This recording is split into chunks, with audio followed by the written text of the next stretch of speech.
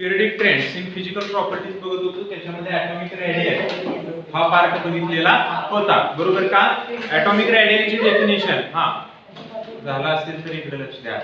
Atomic रेडियलची definition बघताना आपण काय बघितलं तर it is the average distance between centre of the nucleus and outermost electron having shell, यांच्यामधला डिस्टन्स आणि त्याचा पिरियडिक ट्रेंड आपण बघितलेला होता अलोंग द पिरियड आणि डाऊन द ग्रुप. ठीक आहे का? अलोंग द पिरियड दिले, अलोंग द पिरियड आणि डाऊन द ग्रुप, बरोबर का? अलोंग द पिरियड बघताना आपण काय केलं होतं तर ॲटॉमिक रेडियस डिक्रीजेस म्हटलं होतं आणि down the group atomic radius काय होत आहेत, इनक्रीज होत आहेत, हे आपण बघितलेलं होतं. एवढी एकच फिजिकल प्रॉपर्टी माझ्या माहितीप्रमाणे आपण बघितलेली होती, बरोबर का? यानंतर आपण नेक्स्ट सेकंड फिजिकल प्रॉपर्टी कडे जाणार आहोत, जी आहे ionisation enthalpy.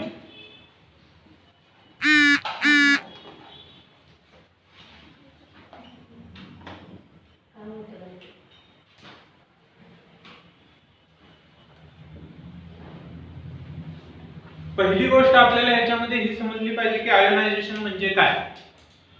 What is mean by ionisation?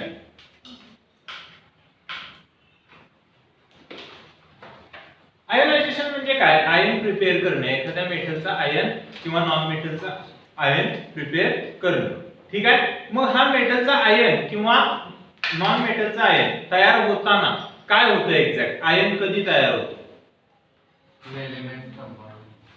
दोन इलेक्ट्रॉन एका मेटल मधला एक इलेक्ट्रॉन काय झाला, कम्प्लिटली ट्रान्सफर झाला. म्हणजेच काय झालं तर त्या इलेक्ट्रॉननं त्याची आउटरमोस्ट शेल सोडली तर त्याच्यावर काय येतो, चार्ज येतो. म्हणजे एखाद्या एलिमेंटच्या आउटरमोस्ट शेल मधून एखादा इलेक्ट्रॉन काढण्यासाठी जेवढी एनर्जी लागते त्या एनर्जीला काय म्हटलं जातं, आयोनायझेशन एन्थाल्पी असं म्हटलं जातं. For example sodium atomic number 11. ठीक आहे. 1s2 2s2 2p6 आणि 3s1. ठीक आहे. हा लास्ट एक इलेक्ट्रॉन आहे, तो आउटरमोस्ट शेल मधला काढण्यासाठी काहीतरी एनर्जी सोडियमला द्यावी लागते. ती अमाउंट एनर्जीची म्हणजे काय असते, आयोनायझेशन एन्थाल्पी असते. लक्षात. मग आता आयोनायझेशन एन्थाल्पी आपण अलोंग द पिरियड बघितलं, डावीकडून उजवीकडे पिरियडिक टेबल मध्ये जर का आपण गेलो आणि अलोंग द पिरियड आयोनायझेशन एन्थाल्पीचा विचार केला तर त्याच्यासाठी आपल्याला पहिली गोष्ट हे माहिती पाहिजे की इंटरमोलिक्युलर फोर्स ऑफ अट्रॅक्शन हा काय होतो अलोंग द पिरियड, किंवा ॲटॉमिक रेडियाई ही काय होते along the period. Along the period atomic radii काय होते, डिक्रीज होते. ॲटॉमिक रेडियाई जर डिक्रीज होत असेल तर इंटरमोलिक्युलर फोर्स ऑफ अट्रॅक्शन काय होतो, इनक्रीज होतो. म्हणजे न्यूक्लियस आणि आउटरमोस्ट इलेक्ट्रॉन यांच्यामध्ये फोर्स जसं आपण डावीकडून उजवीकडे जाऊ तसा वाढत जातो आणि फोर्स वाढत जातो. याचा अर्थ hold of the nucleus on the outermost electron हा सुद्धा काय झाला, वाढला. मग न्यूक्लियसचा जर का आउटरमोस्ट इलेक्ट्रॉन वर होल्ड जास्ती असेल तर तो आउटरमोस्ट शेल मधला इलेक्ट्रॉन काढण्यासाठी काय करावे लागते, एक्स्ट्रा एनर्जी द्यावी लागते. त्यामुळे along the period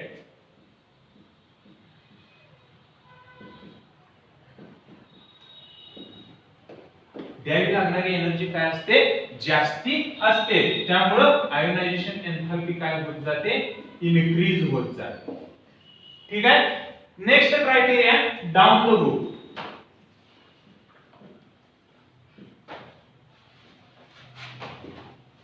down the group याचा अर्थ काय, पहिली गोष्ट म्हणजे काय होतंय, वरून खाली येताना काय होतंय, शेल्स वाढत जात आहेत. शेल्स वाढत जात आहेत याचा अर्थ ॲटॉमिक रेडियस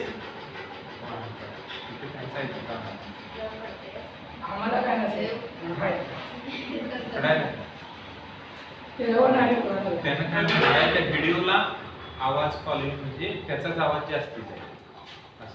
ठीक आहे. डाऊन द ग्रुप आपण काय करतोय, शेल्स वाढत जात आहेत त्यामुळे डिस्टन्स वाढत जातोय. डिस्टन्स वाढल्यामुळे न्यूक्लियसचा आउटरमोस्ट शेल मधल्या इलेक्ट्रॉनवरचा होल्ड काय होतोय, कमी होतोय. न्यूक्लियसचा होल्ड कमी झाल्यामुळे आउटरमोस्ट शेल मधले इलेक्ट्रॉन काढणं सोपं जातंय. त्यामुळे त्यासाठी द्यावी लागणारी एनर्जी काय असते, कमी होते. त्यामुळे down the group ionization enthalpy ही काय होत जाते, डिक्रीज होत जाते. फॉर एक्झाम्पल बघायचं झालं तर सोडियम, ठीक आहे, आणि त्याच्या खाली कोण आहे, पोटॅशियम, बरोबर आहे का.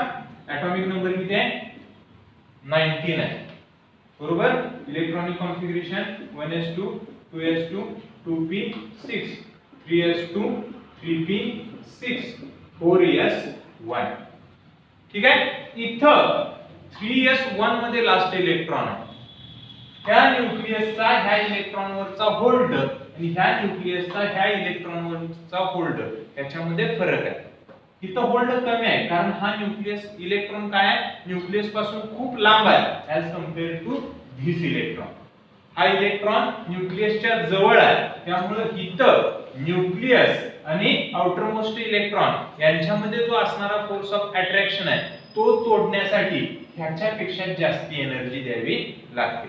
देअरफॉर वर जे एलिमेंट्स असतात त्यांच्यामध्ये आयोनायझेशन एन्थाल्पी जास्त असते, तर खाली डाऊन द ग्रुप येताना आयोनायझेशन एन्थाल्पी काय होते, कमी कमी होत जाते. लक्षात, हा criteria ionisation enthalpy. Ionisation enthalpy नंतर पुढची फिजिकल प्रॉपर्टी आहे ती म्हणजे electron gain enthalpy.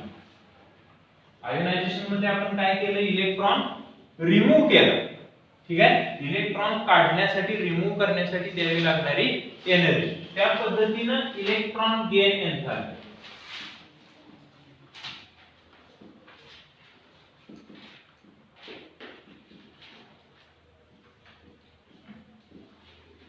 Electron gain केल्यावर काय म्हणतोय मी बघा, इलेक्ट्रॉन गेन केल्यावर जेवढी एनर्जी रिलीज होते त्या एनर्जीला काय म्हटलं जातं, electron gain enthalpy. Chlorine atomic number 17 1s2 2s2 2p6 3s2 3p7.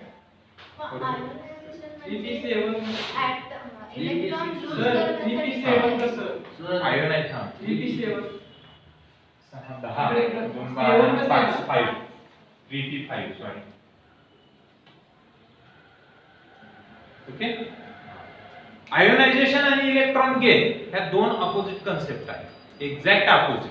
Ionisation मध्ये इलेक्ट्रॉन लूज केल्यानंतर जी एनर्जी बाहेर पडते किंवा इलेक्ट्रॉन लूज करण्यासाठी द्यावी लागणारी एनर्जी म्हणजे आयोनायझेशन एन्थाल्पी. आणि इलेक्ट्रॉन गेन एन्थाल्पी म्हणजे काय, इलेक्ट्रॉन घेतल्यानंतर त्याच्यामधून जी एनर्जी रिलीज होते, बाहेर पडते, त्या एनर्जीला काय म्हटलं जातं, इलेक्ट्रॉन गेन एन्थाल्पी असं म्हटलं जातं. For the completion of outermost shell, बाह्यतम कक्षेचं ऑक्टेट कंप्लीट करण्यासाठी क्लोरीन काय करतो, एक इलेक्ट्रॉन घेतो आणि आपल्याकडची काही एनर्जी त्यावेळेस लूज करतो. त्या एनर्जीला काय म्हटलं जातं, इलेक्ट्रॉन गेन एन्थाल्पी असं म्हटलं जातं. पण as we move from left to right period मध्ये लेफ्टचे एलिमेंट इलेक्ट्रॉन घेतच नाही, बरोबर का. त्यामुळे त्यांची इलेक्ट्रॉन गेन एन्थाल्पीचा विषयच येत नाही. फक्त पी ब्लॉक मध्ये आल्यानंतर इलेक्ट्रॉन गेन एन्थाल्पीचा विषय येतो. मग along the period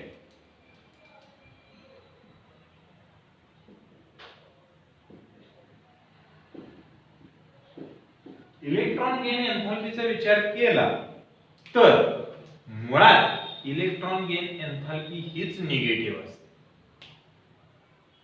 काय असते, निगेटिव्ह असते. म्हणजे काय सांगितलंय, इलेक्ट्रॉन गेन एन्थाल्पीची डेफिनेशन करताना डेफिनेशन काय करतोय, energy released when one electron is gain. एक इलेक्ट्रॉन घेतल्यावर किती एनर्जी रिलीज होते. पण ऍक्च्युअल मध्ये ज्यावेळेस क्लोरीन किंवा फ्लोरीन इलेक्ट्रॉन घेतो त्यावेळेस ती एनर्जी लूज करतच नाही. त्यामुळे ती एनर्जीच मुळात इलेक्ट्रॉन गेन एन्थाल्पीच काय होते, निगेटिव्ह होते. त्यामुळे along the period it becomes more negative.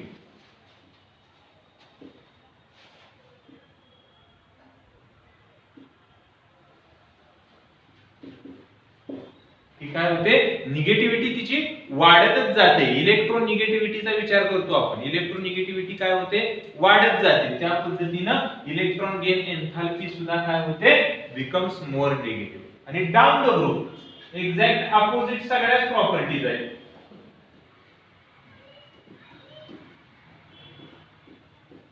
becomes less negative.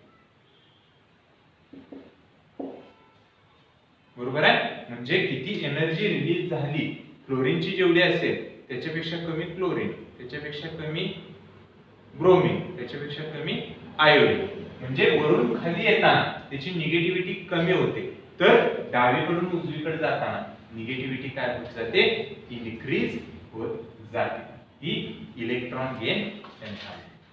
Okay, negativity नसून आता तुम्ही ते इन्क्रीज डिक्रीज केलं. पुढची फिजिकल प्रॉपर्टी आहे ती म्हणजे electronegativity. What is mean by electronegativity?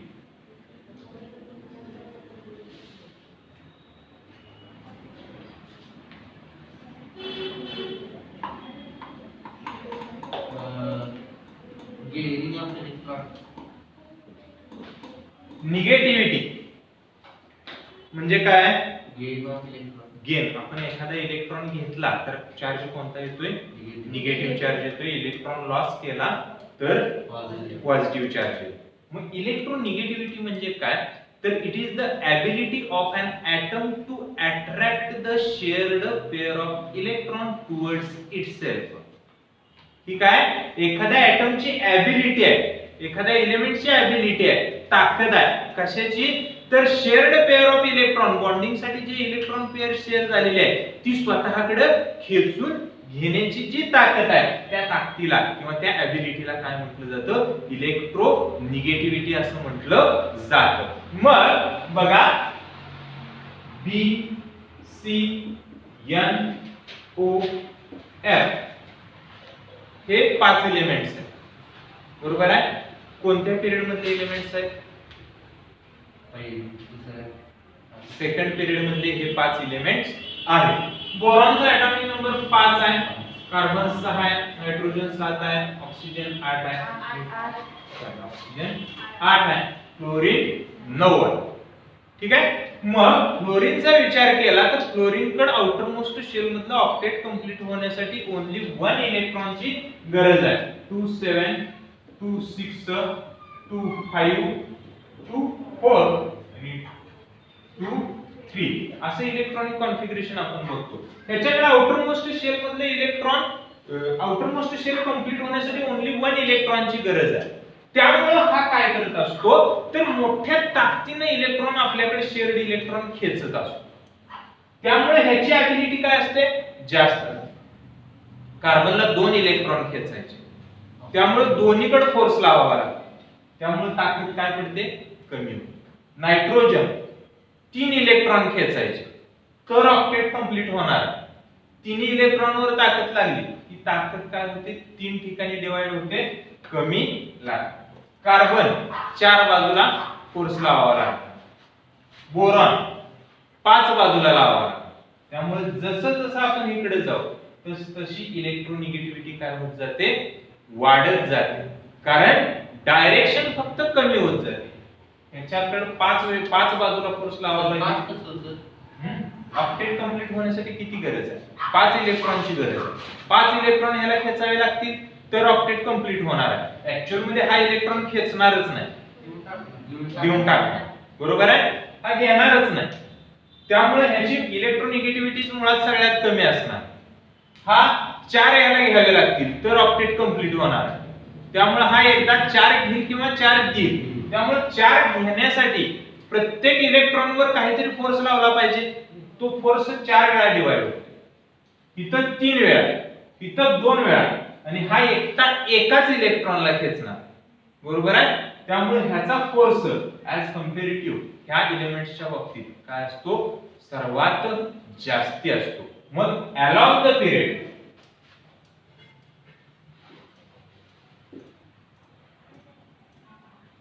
काय होत असेल? Electronegativity increases. काय होते? इनक्रीज होते. दुसरी गोष्ट, डाऊन द ग्रुप बघितलं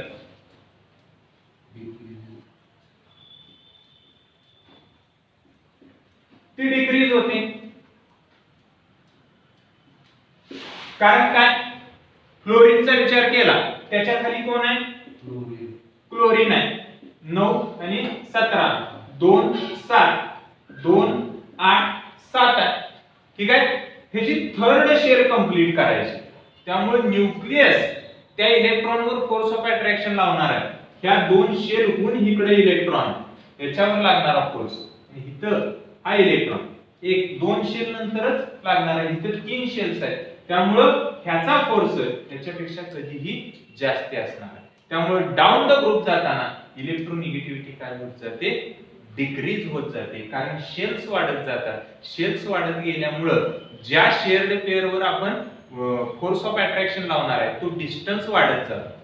कारण क्लोरीनची ॲटॉमिक रेडियस वाढली, त्यामुळे बाहेरचा इलेक्ट्रॉन खेचण्यासाठी अंतर वाढलं, त्यामुळे फोर्स काय होतो, कमी होतो. त्यामुळे down the group electronegativity decrease होत जाते. ठीक आहे, घ्या इलेक्ट्रोनिगेटिव्हिटी.